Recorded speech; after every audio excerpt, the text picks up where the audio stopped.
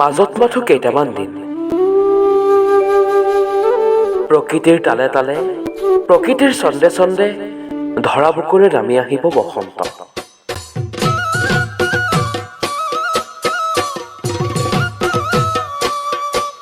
বসন্ত কালত গুলিয়াই দিব বিহুৰ বতৰা।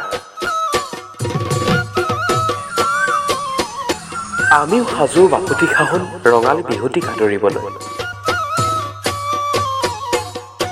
হয়, প্ৰতি বছৰে আয়োজন কৰা দেৰগাঁও আঞ্চলিক ছাত্ৰ সন্থাৰ অন্তৰ্গত দেৰগাঁও কেন্দ্ৰীয় শাখাগোট ছাত্ৰ সন্থাৰ উদ্যোগত বিহু আখৰাখনি বৰ্তমান দ্ৰুতগতিত চলি আছে।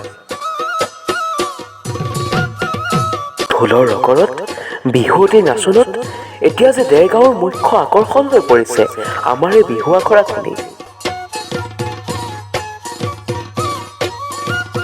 বৰ্তমান সকলো ব্যস্ত। বিহু আখৰা পাছতে অনুষ্ঠিত হ'ব দেৰগাঁওবাসীয়ে বাট চাই ৰৈ থকা মুকলি বিহুখনি। আকৰ্ষণীয় সাংস্কৃতিক কাৰ্যসূচী আয়োজন কৰা বিহুখনিত প্ৰতি বছৰৰ দৰে এইবাৰো বয়োজ্যেষ্ঠ ব্যক্তিসকলক জনোৱা হ'ব আঞ্চলিক ছাত্ৰ সন্থাৰ তৰফৰ পৰা বিহুৰ সেৱা।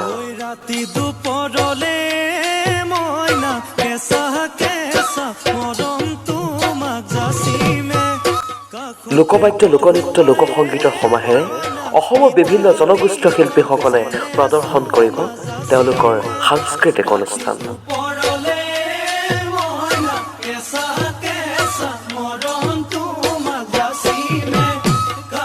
নিশালৈ অসমৰ জনপ্ৰিয় কণ্ঠশিল্পী ভাস্কৰ অপচুৱেলৰ গীতৰ শৰাই আমোদ দিব আপোনাকো।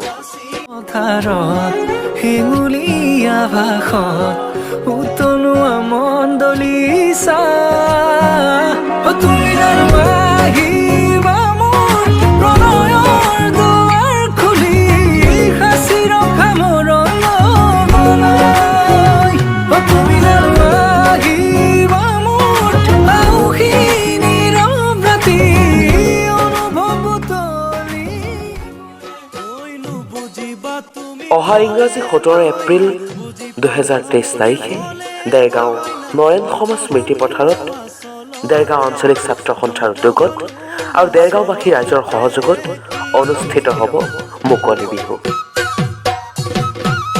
উক্ত অনুষ্ঠানভাগিত আপোনাৰ সহায় সহযোগিতা, দিহা পৰামৰ্শ আৰু লগতে উপস্থিতি আমি একান্তৰে কামনা কৰিছোঁ।